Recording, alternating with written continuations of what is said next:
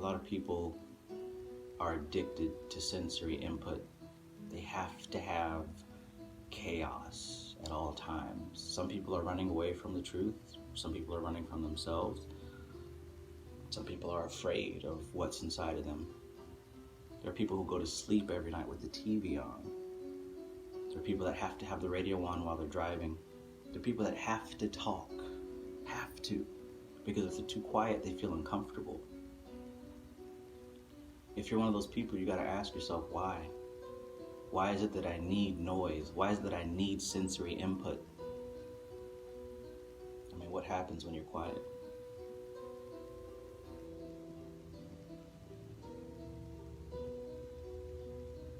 Your mind begins to wander to exactly where it's supposed to go. You can't run from yourself forever.